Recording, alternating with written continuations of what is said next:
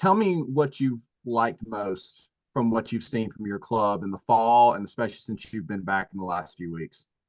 I think they're confident in what they know they're good at. And then I think they're working every day to get better at what they need to get better at. They not that they take it for granted that what they're good at, but they know that they can come back and they can score runs. And there's a ease about them on defense because all they want to do is get back into that dugout and hit the ball. So I think that carried over from last year a lot. And so I'm really looking forward to testing them in the spring and getting into Big Tens and seeing what we can do. I want to ask you about the pitching. Yeah. Anytime you have to replace somebody like an Autumn, it's not always the easiest thing to do. I want to go there first. How do you see making up for those innings in that production? Do you feel like somebody might step into those ace shoes? Is it going to be kind of a staff approach? I believe we'll start off with a staff for sure. It's about we have three freshmen. They're going to need innings. I don't think, in the past when we've had maybe a freshman that, has a lot of upside who we see might become an ace and might become a starter.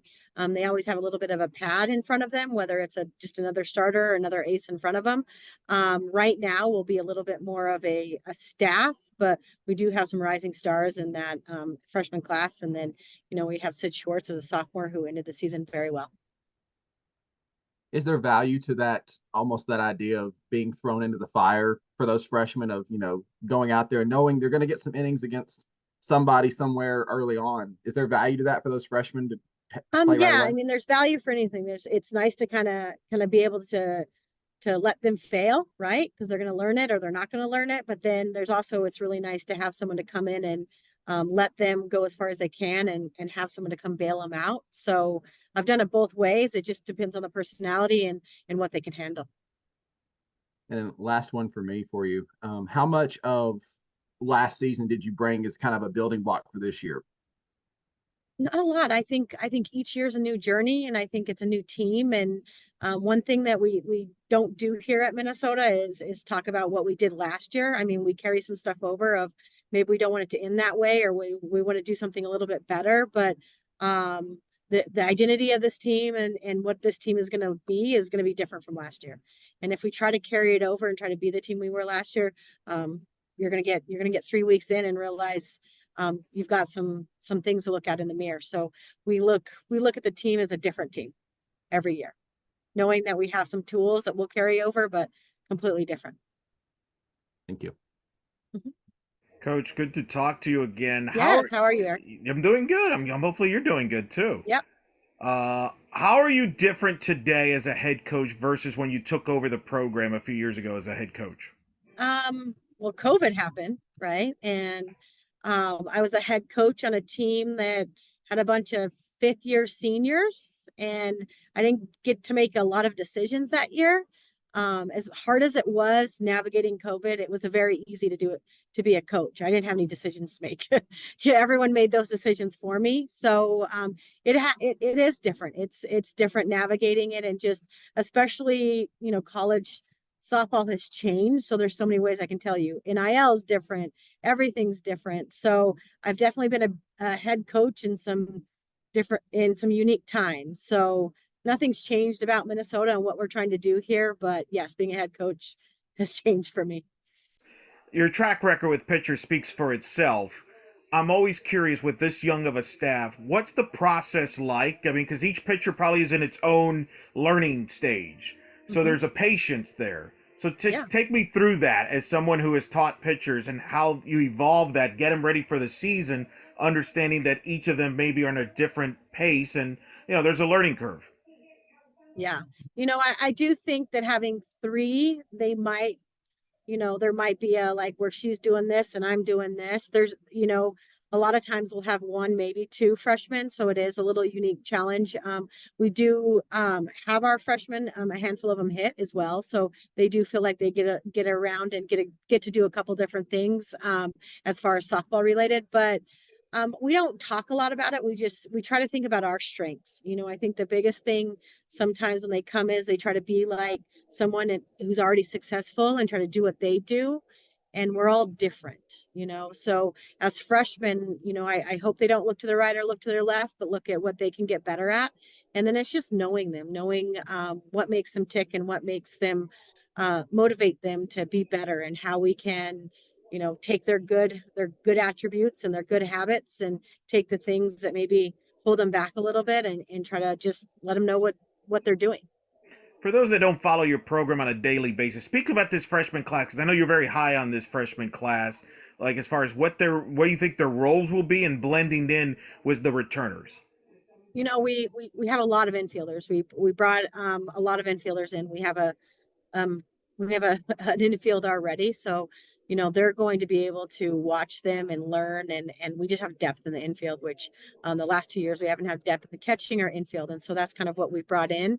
And then we brought in freshman pitchers, and so replacing pitchers, also getting a little bit more depth in our circle was kind of the main thing. And so I do think that we play a lot of games. There's going to be a lot of opportunities for them to get in and see what they're going to do, and see how their season, and see how their career takes them.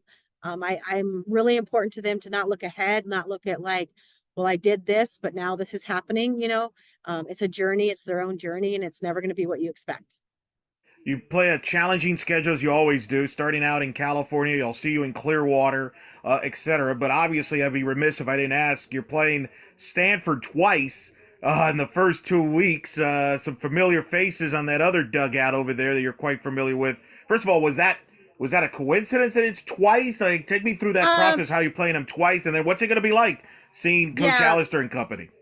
Yeah, we played him before. As a head coach, I played him down in Stillwater. So first of all, I like to go back to where back to homes of where our student athletes are from. And we were actually trying to get back up to Stanford in an opening weekend. And what ended up happening was their tournament fell through. And this was actually a last minute tournament that we went into over there, and they got into it as well. So there weren't a lot of options by the time we went into our first tournament, as well as weather that we wanted good weather for. And so, we knew we were going to play them. Once you get into the ESPN Classic, the first round of people they had us playing 3 other people that we already are playing. So it's one of those things where I'm like, okay, I'm playing them already, but we couldn't play on a Thursday, and then they revamped the whole schedule. And so that had us playing them again. So there is actually, there's quite a few tournaments that we're in that we're playing kind of the same people. It's not what you want, but I think sometimes when the Big Ten schedule comes out as late as it does for us, we've already made our preseason. So there's not a lot we can do about it. 20-second pitch clock this year. Your reaction to that? How much of it do you like it? What's your reaction to that moving for the sport? And I know they've also modified the illegal pitch. Yeah, it's interesting because there's a lot of questions about the pitch clock. We used it all fall in a small version, and then I'm always have a pitch clock on my pitchers, and I don't think it's going to be a problem. So there's a lot of questions about it, and a lot of people that are concerned. There are some pitchers that move a little slow, but I don't see it to be a real problem.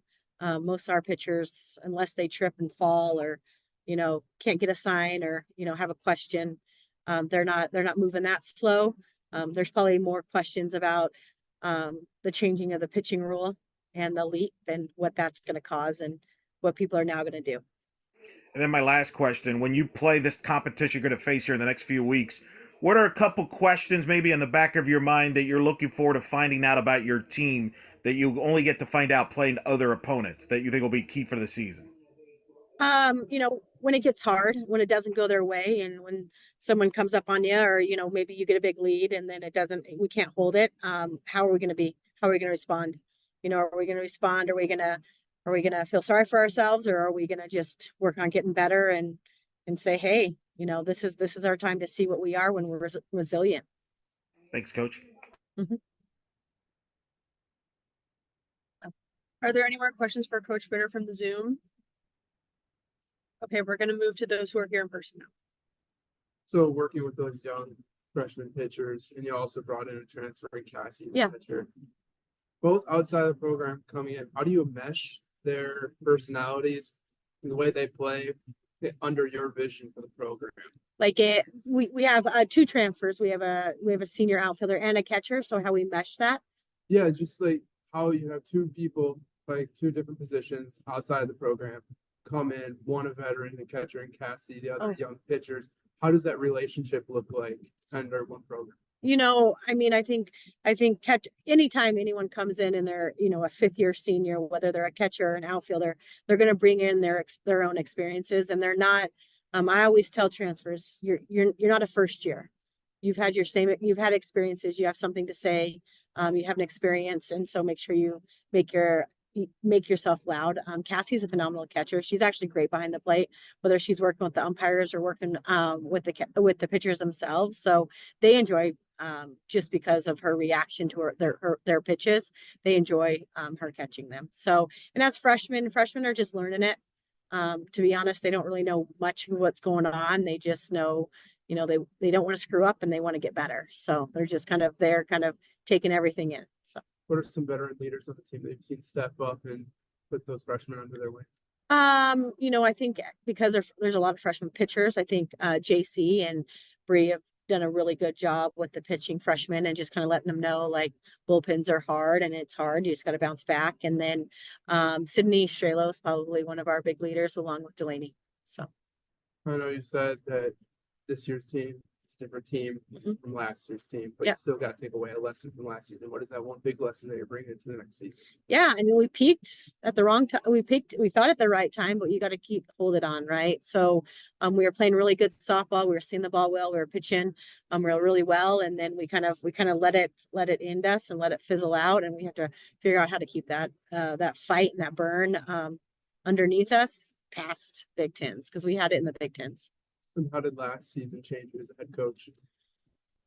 I don't think it has. I think you just kind of learn from, things that you can do better, and maybe, how you keep developing and navigating these young student athletes and getting them to reach their full potential. I don't know if it's changed me. The best thing is be willing to navigate and change and be willing to be uncomfortable.